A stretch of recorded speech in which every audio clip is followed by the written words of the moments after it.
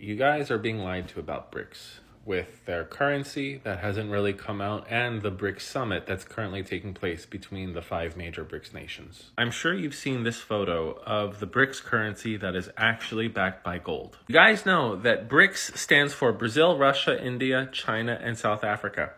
Why? Why on earth would they have English be written on the currency? It's the BRICS coin that people are circulating all over social media. It even says the countries, South Africa, Brazil, Russia, India, China, in English.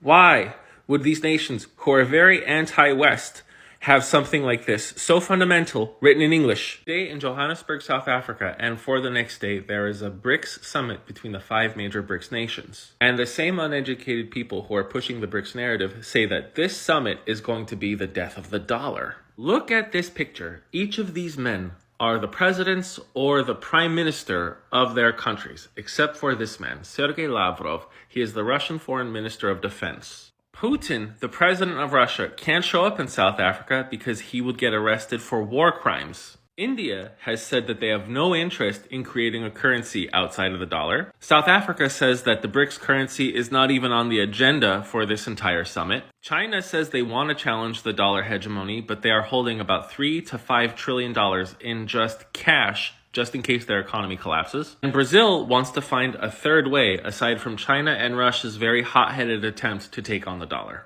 Instead of the BRICS nations creating their own currency, China wants the other BRICS nations to only use yuan, while the rest of the BRICS nations just want to use their own currencies. India is trying to get other countries to accept their rupee for oil, like the United Arab Emirates, but Russia tried that with India earlier this year and they stopped because now Russia has an abundance of rupees that they don't know what to do with. China did ask Saudi Arabia earlier this year if they would consider selling their oil for the Chinese yuan. Saudi Arabia said no, but they would sell them natural gas. China did not take that very well, and they have started favoring Russia for their very cheap oil. Saudi Arabia does want to get into BRICS, but China and Russia will bar that from happening as long as Saudi Arabia supports the petrodollar. Saudi Arabia will never abandon the petrodollar because the petrodollar is the most agile liquid currency in the world. Most world trade is done in dollars. You could buy anything for dollars.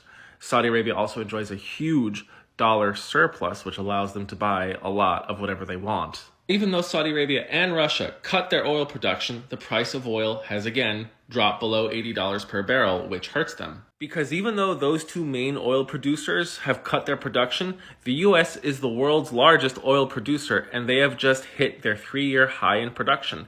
They are now producing 12.8 million barrels per day, which is more than any of those other countries have ever produced. Let's look at Russia's currency, the ruble. So in the 1990s, their currency was about 20 to 22 cents. It is currently at 1.05 cents. Near their all-time low, which happened about 6 months ago, which means you can get about 100 rubles for $1, which is crushing the Russian economy. Let's look at the major currencies of the world. We have the dollar, the ruble, the Indian rupee, the euro, and the Chinese yuan. Since 2007, all of these currencies have been in a major downtrend except for the US dollar. Its strength has actually been rising. Back to China, because they are by far the most important economy in all of BRICS. China relies heavily on their exports to keep their economy afloat, but something's happening. I created this chart which subtracts the difference between US exports and China exports. So if the US exports more than China, then the bar goes above 0. If they export less than China, then the bar goes below 0.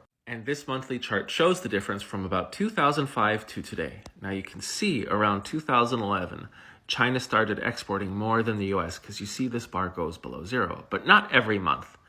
What we've seen recently, though, after COVID, is that US exports are starting to trend upwards again, while China's are trending down. To wrap this up, the BRICS nations are not united, they are not together, they do not trust each other. Their economies are weakening, especially their strongest economy, which may be going into a deep recession, while the United States keeps defying everybody's expectations.